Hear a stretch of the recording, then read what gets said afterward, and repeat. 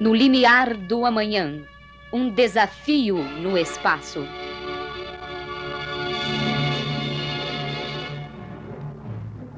Estamos ainda no meio do inverno, mas o nosso inverno é benigno e agosto nos oferece manhãs e tardes agradáveis. No interior, agosto era o mês das queimadas. Foi por isso, talvez, que o chamaram mês do desgosto, mês agoureiro.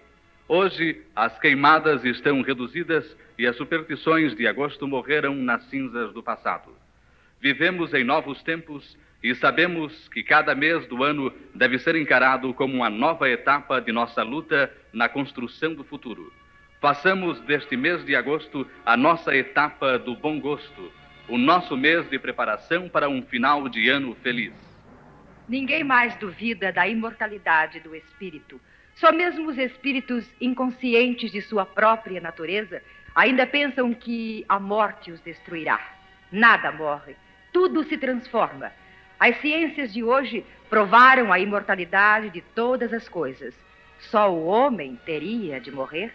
Só o espírito humano desaparece na morte? Que estranho privilégio é esse?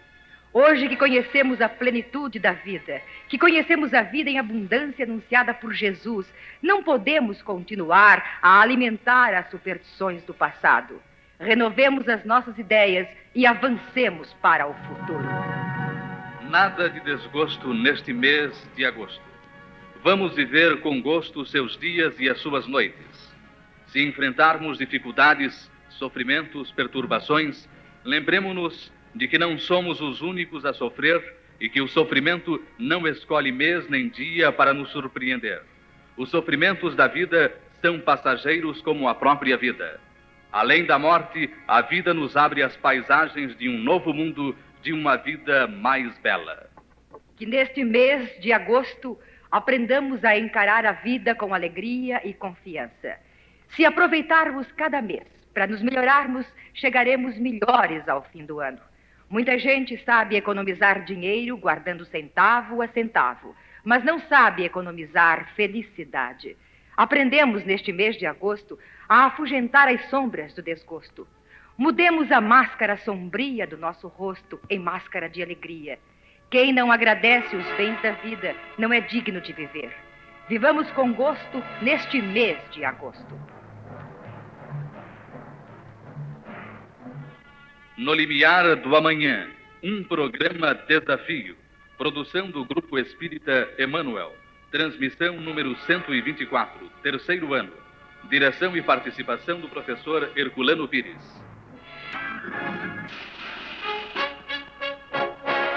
Perguntas e respostas no auditório. Pergunte para você e para os outros. Hoje é a primeira quarta-feira do mês e do mês de agosto e nós estamos no auditório da Rádio Mulher e vamos começar com os ouvintes aqui presentes para as perguntas. Senhor, boa noite. Por favor, o seu nome, o endereço e a pergunta. Josué Rodrigues da Silva. Endereço, Rua Conde Moreira Lima, 754, Cidade Ademar. Então, a pergunta ao professor, por favor. Pergunta. A Umbanda pode ser considerada uma religião? Ou é considerada uma religião? A Umbanda é uma religião. É uma religião espírita? É uma religião primitiva, uma religião dos povos selvagens da África. Como todas as religiões primitivas, ela é uma religião mediúnica. Porque todas as religiões, segundo as pesquisas, não somente espíritas, mas também antropológicas, e particularmente as pesquisas realizadas através de cientistas que tinham conhecimento dos problemas mediúnicos, todas as religiões nasceram da mediunidade. A Umbanda é uma religião em desenvolvimento. Naturalmente, como todas as religiões que se iniciam, elas vão se desenvolvendo no tempo, assim a Umbanda também está se desenvolvendo. Entretanto, essa religião, como todas as religiões no seu desenvolvimento, segue um processo de sincretismo, quer dizer, de mistura com outras religiões. A Umbanda, religião africana, veio ao Brasil através do tráfico negreiro. E aqui no Brasil, ela se misturou particularmente com o catolicismo, que era a religião dominante. Mas da própria África, ela já trouxe a mistura com o catolicismo e com o islamismo, porque, como sabemos, os muçulmanos invadiram a África e catequizaram numerosas tribos. A seguir, houve a catequese católica na África também.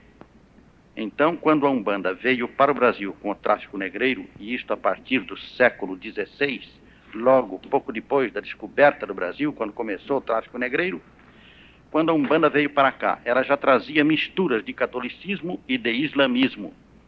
Aqui no Brasil, a mistura com o catolicismo se acentuou e houve também a mistura com crenças dos nossos indígenas e crenças populares do nosso povo. Assim, a Umbanda está em desenvolvimento como uma religião que nasce entre nós. Nós podemos acompanhar este processo de desenvolvimento da Umbanda como um verdadeiro exemplo nacional que nós temos do desenvolvimento das grandes religiões no mundo.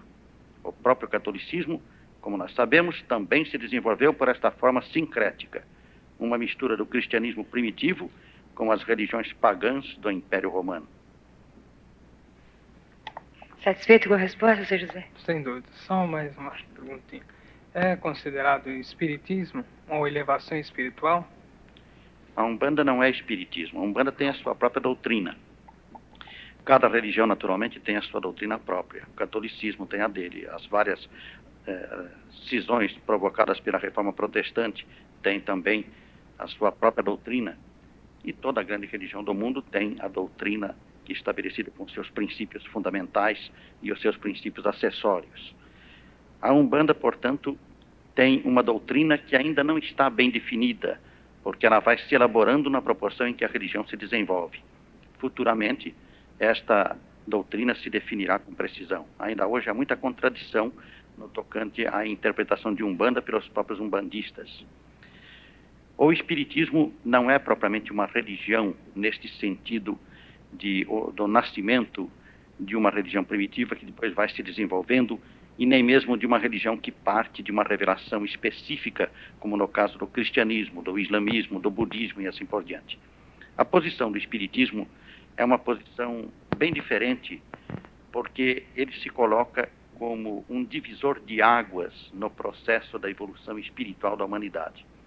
O espiritismo surgiu na era científica, e não surgiu como religião, surgiu como ciência, porque o espírito do tempo era o espírito científico. Kardec começou a investigação dos fenômenos espíritas como um investigador científico, e a revelação só veio através da própria investigação dos fenômenos. Assim, o espiritismo se apresenta primeiramente como ciência do espírito, para completar o desenvolvimento das ciências que até então só se dedicavam aos aspectos do mundo material. Até hoje, como sabemos, as ciências ainda pertencem, na sua maioria, na sua maior extensão, à pesquisa no campo da matéria. Somente com o desenvolvimento da psicologia experimental, ela começou a sair do campo material para o plano espiritual. Mas o espiritismo foi que realmente despertou um novo sentido e um novo campo de investigação na ciência, o campo da investigação dos fenômenos espíritas. E Kardec estabeleceu as normas de desenvolvimento do espiritismo como uma ciência do espírito. Kardec partiu deste princípio. A realidade não se constitui apenas de matéria, mas sim de matéria e de espírito. Consequentemente, as ciências não podem investigar apenas a realidade material, devem investigar também a realidade espiritual. Mas da ciência espírita surgiu a filosofia espírita. Por quê? Porque a ciência espírita nos deu uma concepção nova da realidade. Toda concepção do mundo é uma filosofia. Surgiu então a filosofia espírita. E da filosofia espírita tinha forçosamente que decorrer uma moral, uma série de normas de conduta para o homem.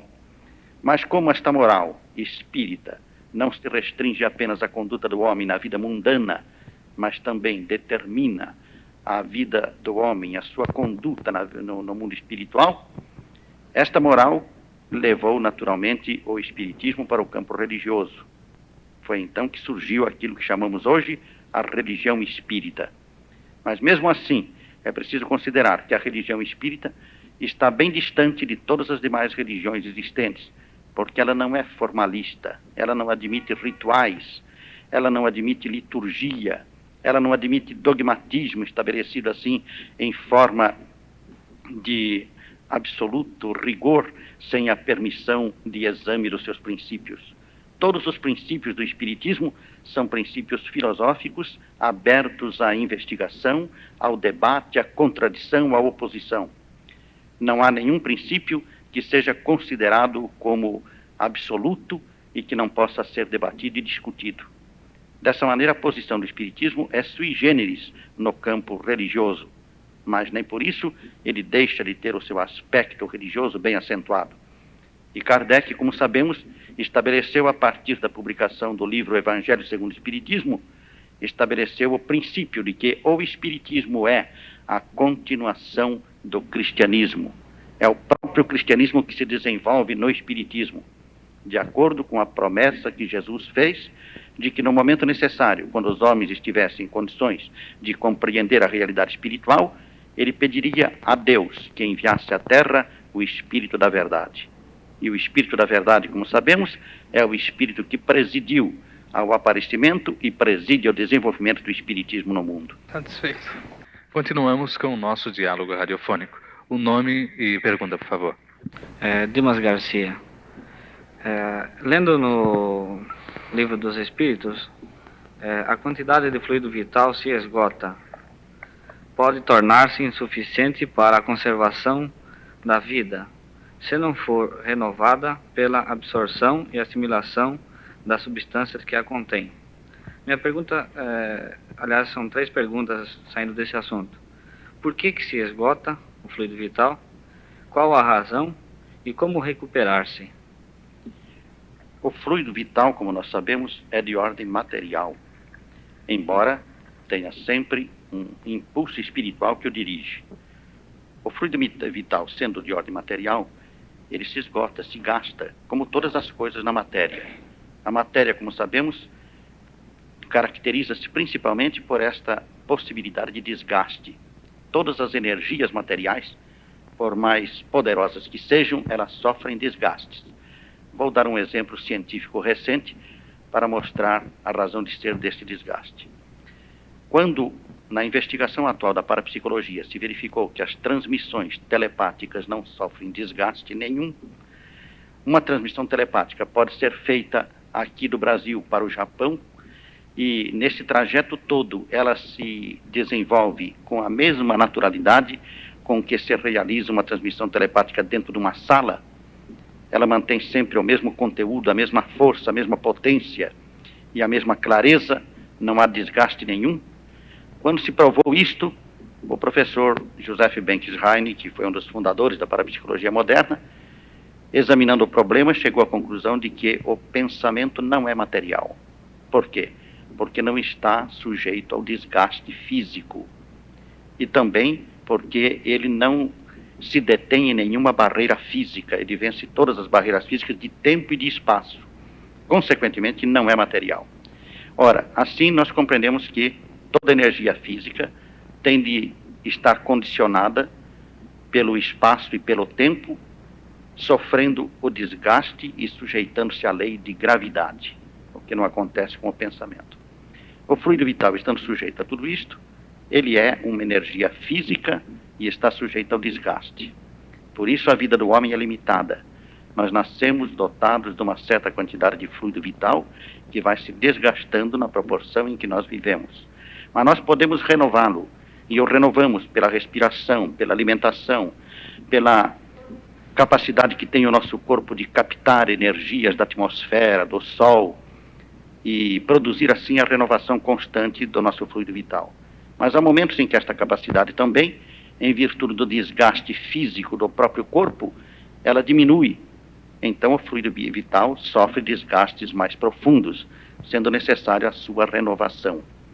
Esta renovação do fluido vital, principalmente nos doentes, pode ser feita não só pelos recursos da ciência, que embora a ciência não considere este fluido como o espiritismo considera, mas a ciência considera a existência da vitalidade e procura renovar a vitalidade dos organismos desgastados.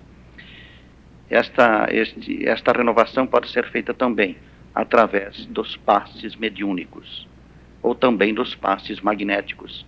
Um magnetizador dotado de grande potência vital, de grande quantidade de fluido vital, pode transmitir através dos passes uma quantidade desse fluido para o doente e ajudá-lo a recuperar-se. Mais alguma pergunta? Está satisfeito a resposta, porque a segunda pergunta seria mais ou menos no final que o senhor acabou de falar, né? Ah, sim. Obrigado. Professor, nós temos um jovem aqui, ao nosso lado. Desculpa dar um palpite, é que eu acho muito assim, acho sensacional um rapaz assim tão jovem se deslocar de sua residência para vir uma palestra com o senhor e fazer uma pergunta. Principalmente nesta noite fria. Pois é. Seu nome e a pergunta, por favor. Moacir Batista de Paula, Rua 27, Jardim 9 de Julho, São Paulo.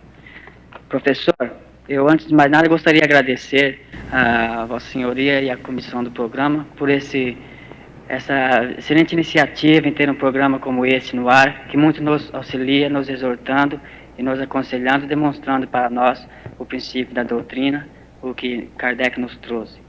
A pergunta são duas. Professor, o Espiritismo afirma que a população futura será maior que a atual. Pensadores modernos, ou seja, a ciência, prevê fome e miséria geral, caso a superpopulação não encontre uma solução para o futuro. Como o Espiritismo encara esse problema? O Espiritismo encara esse problema do ponto de vista de uma consideração mais ampla do que a do momento atual na Terra.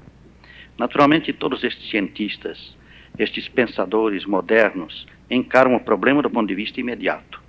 Eles encaram diante dos recursos atuais, das possibilidades que lhes parecem ser as únicas existentes na Terra para a produção de alimentos.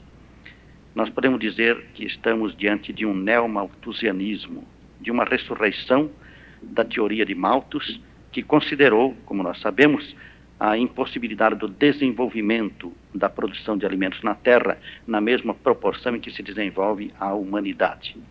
Mas este neomalthusianismo é combatido de maneira muito séria por numerosos outros cientistas e pensadores que não admitem essa tese de esgotamento progressivo e rápido da capacidade de produção de alimentos.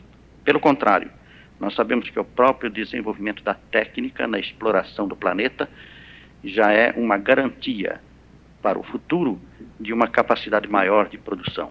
Por outro lado, há também um debate muito importante no tocante ao seguinte: o que existe na Terra não é falta de produção, é falta de meios de produção e, principalmente, particularmente, falta de uma distribuição adequada da produção existente.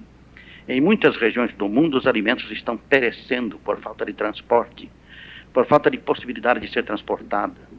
Por outro lado, há também uma deficiência no tocante à maneira econômica de se fazer a distribuição dos alimentos.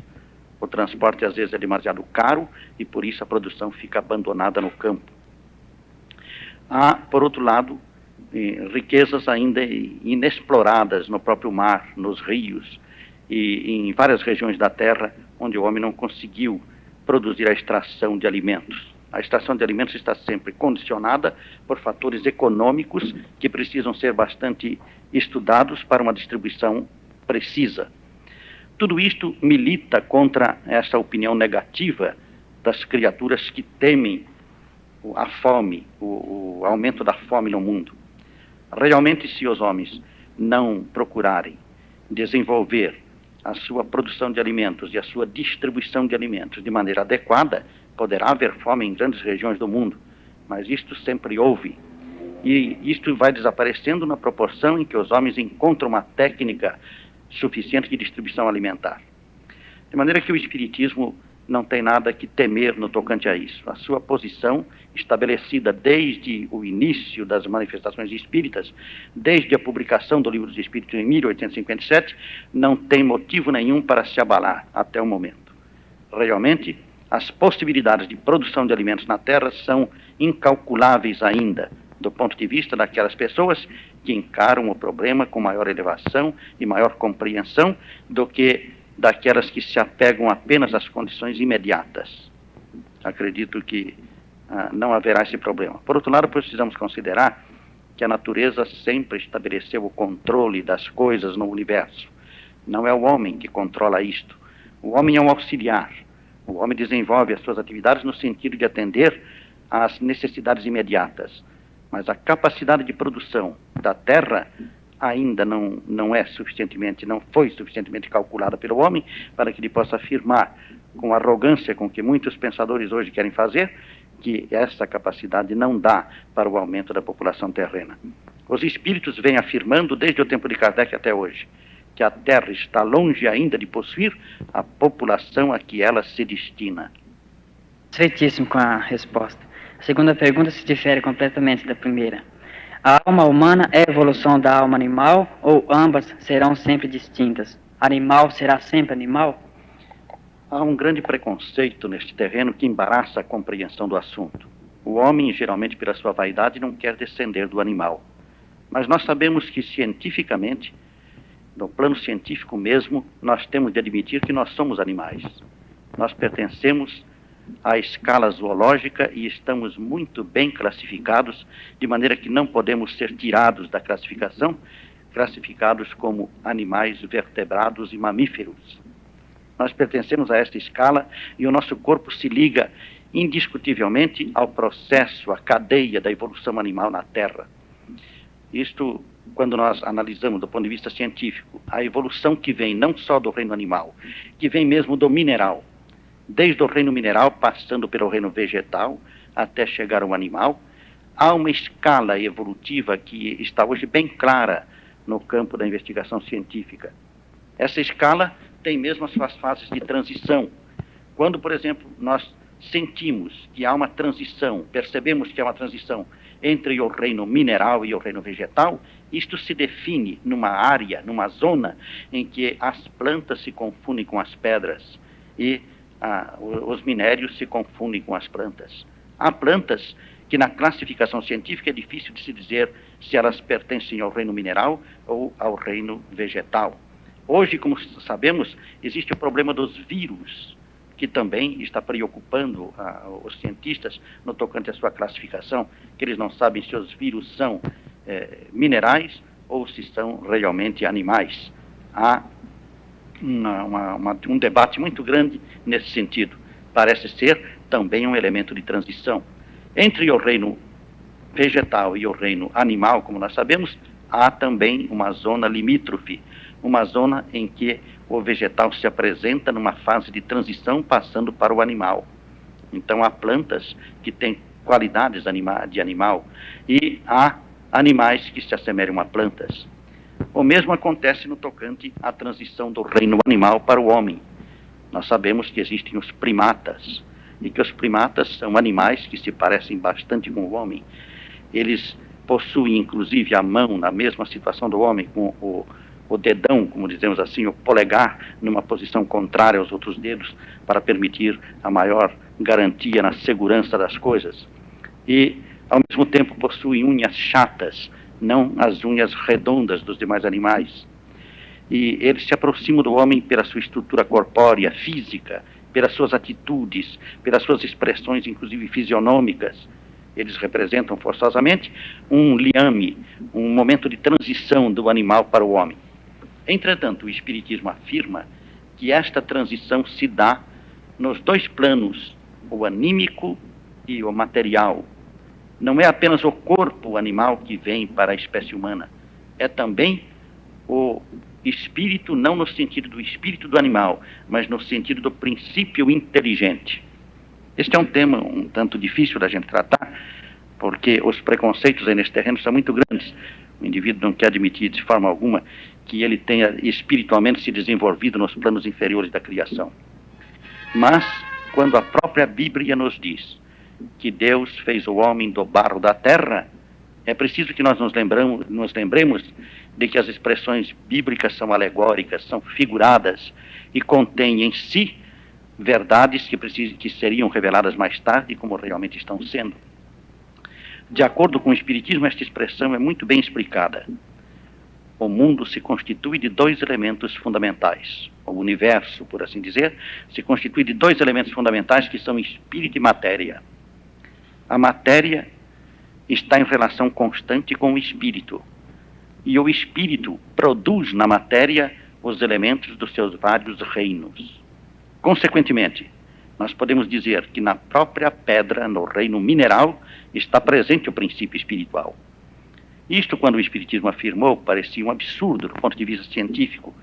Hoje nós sabemos que a própria física nos mostra que a pedra não é um elemento inanimado como nós pensamos. Dentro dela existe toda a agitação, toda a vida não biológica, mas num sentido diferente, produzida pelos átomos, pelas vibrações atômicas. Não há nada morto, nada parado. Tudo quanto nos parece estagnado no universo é apenas aparência, uma aparência ilusória, porque na verdade em toda parte há a vibração da vida. E esta vida não é apenas aquela que se mostra biologicamente nas formas vitais que nós conhecemos no reino vegetal e no reino animal. É a vida do espírito, num sentido de vibrações que muitas vezes podem parecer para nós puramente físicas, mas que na verdade contêm um impulso espiritual dirigindo essa vibração e produzindo-a. Continuamos com o nosso diálogo com o ouvinte André Patunas. Professor Herculano, será que nós podemos concluir que existem no astral os carrascos espirituais, por assim dizer, encarregados de executar a justiça divina no momento exato? Carrascos espirituais? Eu acredito que não, porque os próprios espíritos dizem que ninguém é destinado a uma função maléfica. O que existe no tocante à justiça divina é o cumprimento desta justiça pela própria lei de ação e reação. De maneira que os indivíduos que cometeram crimes, que praticaram mal, eles sofrem a reação das suas ações. Esta reação pode se manifestar sobre eles de maneiras diversas. Então, aquele que nós poderíamos chamar carrasco é a vítima do passado que vem cobrar do seu agressor aquilo que se considera, assim, alegoricamente, como a dívida. Não é? Isso, então, podemos considerar como carrasco, mas não é um carrasco. Ele está apenas querendo vingar-se daquilo que ele sofreu.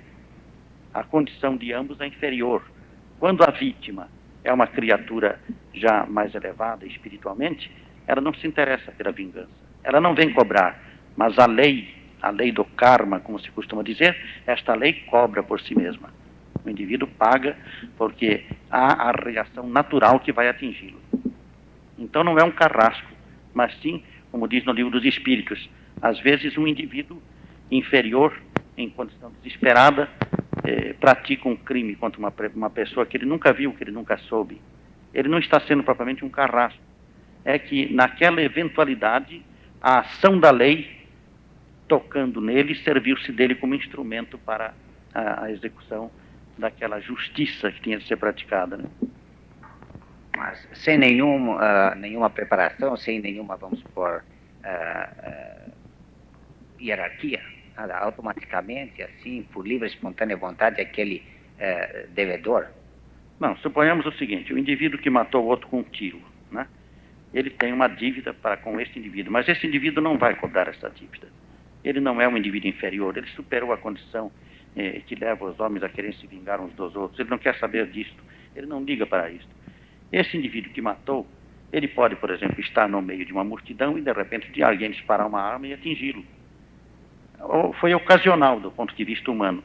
Entretanto, do ponto de vista da lei, não se trata de nada ocasional. Aquilo se processou dentro das condições de ação e reação.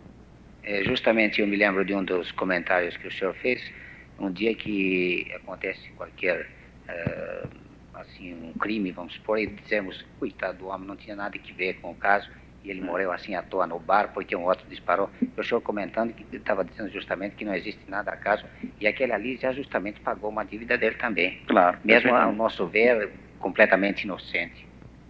Aparentemente inocente, mas na verdade havia uma consequência que atingiu ele, né? Quer dizer, não acontece nada por acaso dentro do destino de uma pessoa, no sentido assim definitivo.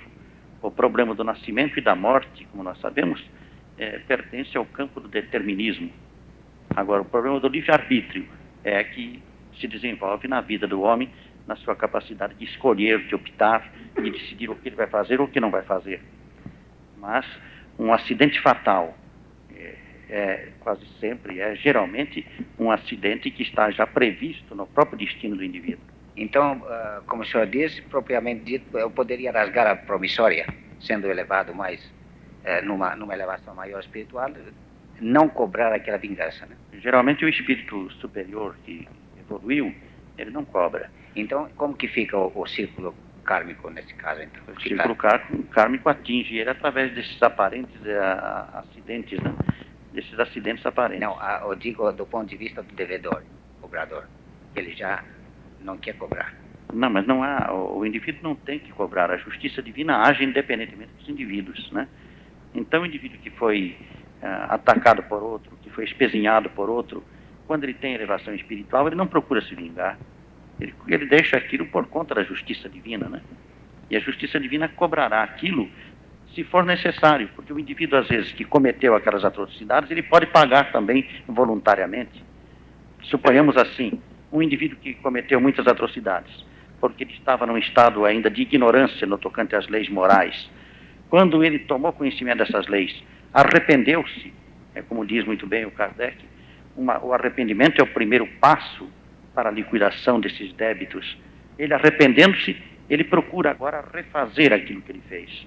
Ele procura reparar o mal feito. E depois da reparação, ele expia ainda a sua falta pelo sofrimento que o acompanha pesando na sua consciência. Ora, o objetivo da dor não é esmagar ninguém. O objetivo da dor é fazer o espírito evoluir. Como esse espírito já evoluiu naturalmente, ele não está sujeito à cobrança de ninguém. Ele atingiu o seu objetivo, procurando ele mesmo voluntariamente reparar as suas faltas. Nosso ouvinte, Luiz Bragantin, pergunta. Professor, eu gostaria de saber o seguinte. Nas aulas de moral cristã, nós devemos dosar a matéria ou as crianças teriam possibilidade de entender explicações dos livros dos espíritos e outras explicações? Eu entendo que as aulas de moral cristã são uma espécie de revelação de temor de parte dos espíritas no tocante à sua própria doutrina. Eu acho que nós devemos ensinar às crianças espiritismo. O espiritismo é uma doutrina como qualquer outra e não há motivo nenhum para termos receio de ensinar espiritismo às crianças. É claro que os problemas do espiritismo podem ter gravidade do ponto de vista de impressionar a mente, existem também no catolicismo, no protestantismo, em toda parte. E, no entanto, nenhuma dessas doutrinas deixa de ser ensinada às crianças. Existem alguns manuais de espiritismo para criança, alguns catecismos, né, que são fáceis de se dar. Mas eu não vejo motivo para que num centro espírita, numa federação, se instalem aulas de moral cristã, esquecidos de que os princípios doutrinários são precisamente aqueles que dão base a essa moral, que racionalizam essa moral e dão à criança os elementos para ela compreender por que existe essa moral. Né? Professor, se me permite, pois eu também sou evangelizador, no programa da Federação, a doutrina entra a partir de determinada idade. Apenas no jardim da infância, é que é dada apenas a moral cristã. Sim, aí é um problema de disciplina escolar, de se ver como realizar o processo, né? E, de fato, as crianças em condições de frequentar jardim de infância ainda não estão em condições de entender as coisas. É preciso o desenvolvimento da razão para dar. Aí o processo está certo, né?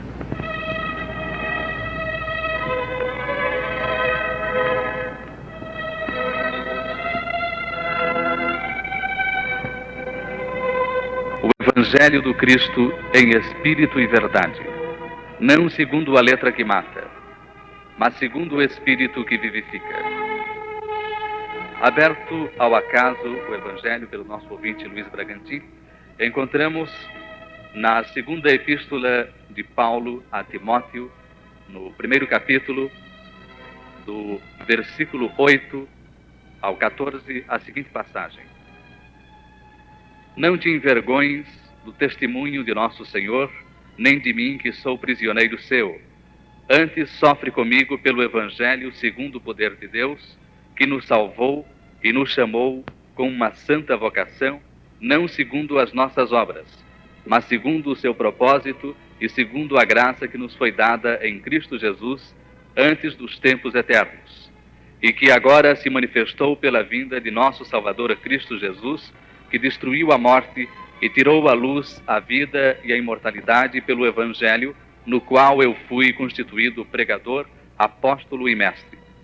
Por esta razão, sofro também estas coisas, mas não me envergonho, porque sei a quem tenho crido e estou persuadido de que ele pode guardar o meu depósito até aquele dia.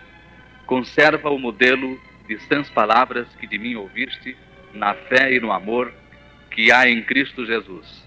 Guarda o bom depósito com auxílio do Espírito Santo que habita em nós. Nesta segunda epístola de Paulo a Timóteo, o que nós verificamos é a colocação pelo apóstolo dos problemas do Evangelho naquele tempo, de maneira bem clara, bem precisa.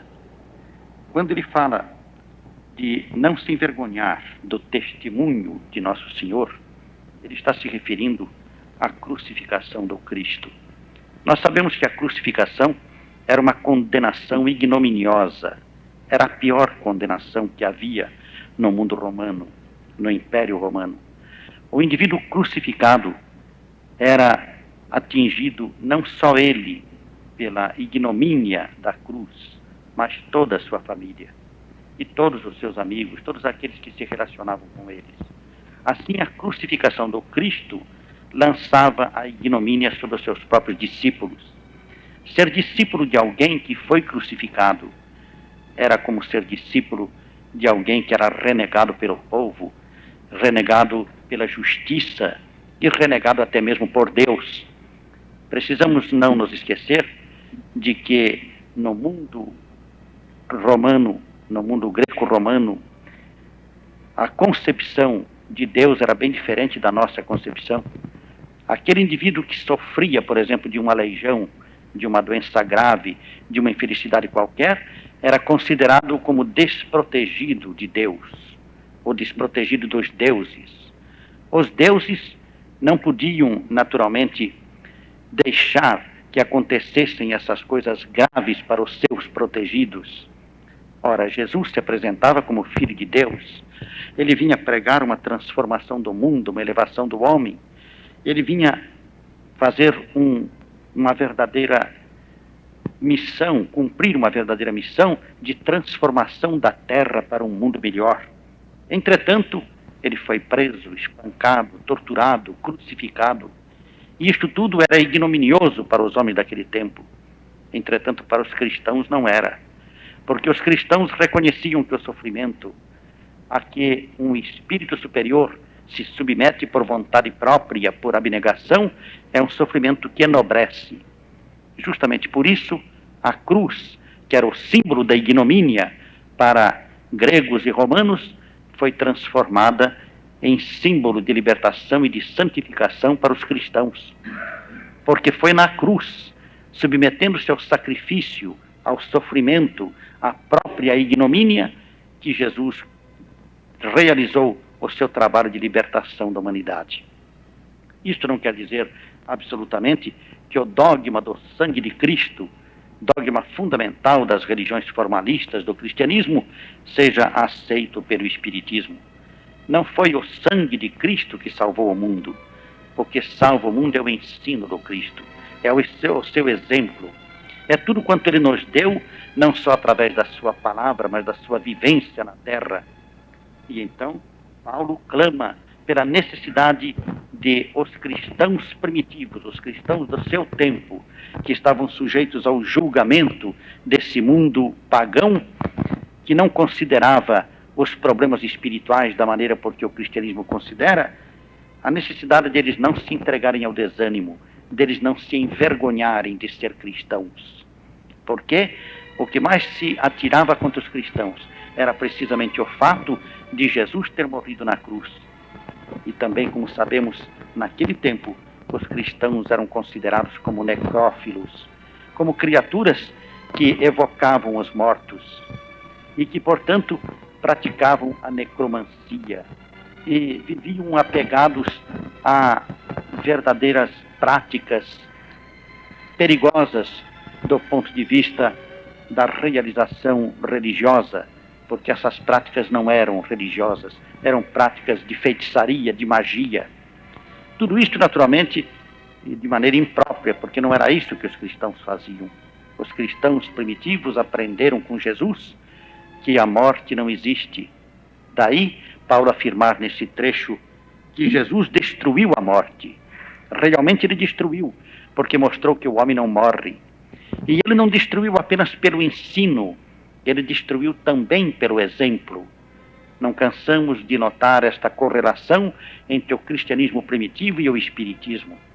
O espiritismo nega a morte e mostra que a vida continua, mas mostra realmente através de provas, não ensina apenas. Assim também fazia Jesus. Jesus ensinava que nós sobrevivemos à morte e provava isto. De que forma? Lembremos-nos da maneira por que ele retirava os espíritos maus que atacavam as pessoas, que as envolviam, da maneira com que ele falava aos espíritos como se falasse a criaturas humanas, e isto diante do povo, para que o povo visse que ali havia um espírito que estava envolvendo aquela criatura e prejudicando-a. Lembremos-nos de que ele foi mais longe. Ele deu demonstrações evidentes da existência do espírito fora do corpo, inclusive com a sua própria pessoa, quando ele andou sobre as águas, por exemplo. Quando ele surgia para um discípulo ou outro na distância, mostrando que podia deixar o seu corpo e manifestar-se em espírito. Ele provou mais do que isto. Ele mostrou através daquilo que nós chamamos hoje no espiritismo de fenômeno de materialização, ele mostrou a possibilidade de fazer, pelo seu poder mediúnico, servindo-se das condições também mediúnicas dos apóstolos, fazer com que espíritos elevados se manifestassem ao seu redor. É o caso, por exemplo, da transfiguração no Monte Tabor, quando nós vemos que Moisés e Elias aparecem materializados ao seu lado, e que os discípulos tombam ao solo, caem no chão diante da aparição dessas criaturas. Caem por quê? Não só pelo susto, pelo espanto, mas porque também estavam fornecendo os elementos que mais tarde se chamariam na metapsíquica de ectoplásmicos, ou seja, os elementos orgânicos necessários para o aparecimento material daqueles espíritos, transformados em materializações evidentes ao lado do Cristo. Depois da sua morte, Jesus provou que ele continuava vivo graças à ressurreição. E além disso, pelas suas manifestações, quando ele se manifesta aos discípulos na estrada de Emaús, quando ele aparece no cenáculo e depois volta ao cenáculo novamente para provar a Tomé a realidade da sua sobrevivência após a morte, ele não aparece como um homem que bate na porta, abrem a porta e ele entra, mas como um espírito que se materializa no meio da multidão e que faz com que todos o toquem e depois desaparece com a mesma facilidade com que apareceu. Jesus demonstrava aquilo que ele ensinava, provava, e esta prova o Espiritismo continua a fazer em nossos dias. Então, Jesus, como diz Paulo nesse trecho da carta a Timóteo, destruiu a morte. A morte não existe mais depois de Jesus. E Paulo viria mais tarde nos dizer, na primeira epístola aos Coríntios, de maneira bem didática, bem clara, nós temos corpo material, mas temos também corpo espiritual. Enterra-se o corpo material e ressuscita o corpo espiritual. E acrescentaria ainda esta frase importante para o Espiritismo: o corpo espiritual é o corpo da ressurreição. Foi assim que Jesus destruiu a morte. E por isso, Paulo apela a Timóteo e a todos os seus companheiros que não se envergonhem de seguir o Cristo.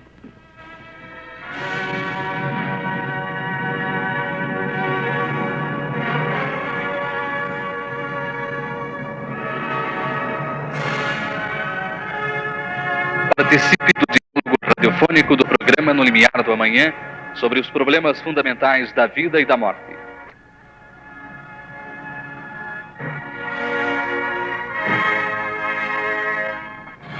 No limiar do amanhã, a verdade nos libertará.